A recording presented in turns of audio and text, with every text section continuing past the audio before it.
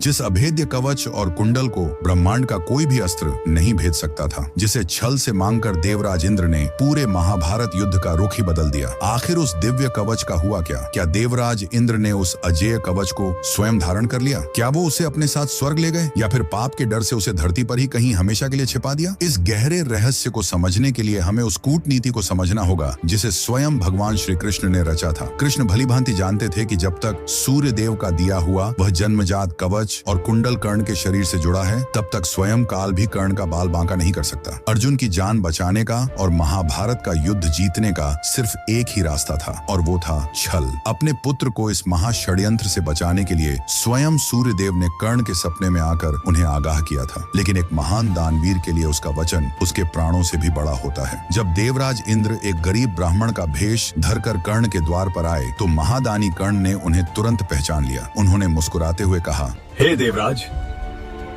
मैं जानता हूँ आप कौन हैं और आप यहाँ क्या लेने आए हैं, लेकिन आप भी ये जान लें कि कर्ण के द्वार से आज तक कोई खाली हाथ नहीं लौटा। बिना एक पल की हिचकिचाहट के कर्ण ने अपना खंजर उठाया और अपनी छाती से चिपके उस मांस को चीरकर वह रक्त से सना हुआ कवच और कुंडल इंद्र के हाथों में सौंप दिया। महाभारत के पन्नों में कर्ण का यह त्याग तो सुनहरे अक्षरों में दर्ज हो गया, लेकिन इसके बाद का सच एक गहरा राज बनकर दब गया। वेद व्यास जी के मूल महाभारत में केवल इतना बताया गया है कि इंद्र उस कवच को लेकर स्वर्ग लौट गए, लेकिन सदियों से चली आ रही लोक कथाओं और मान्यताओं की माने तो सच्चाई कुछ और ही है। कहते हैं कि छल से प्राप्त की गई वह पवित्र वस्तु कभी स्वर्ग में प्रवेश कर ही नहीं सकी। इंद्र उस दिव्य कवच के प्रचंड तेज और एक महादानी के साथ किए गए छल के बोझ को सहन नहीं कर पाए। मान्यता है कि मजबूर होकर इंद्र ने उस असीमित शक्तियों वाले खजाने को धरती पर ही समुद्र के किनारे एक एकांत स्थान पर छिपा दिया। आज भी यह गहरा विश्वास है कि उड़ीसा के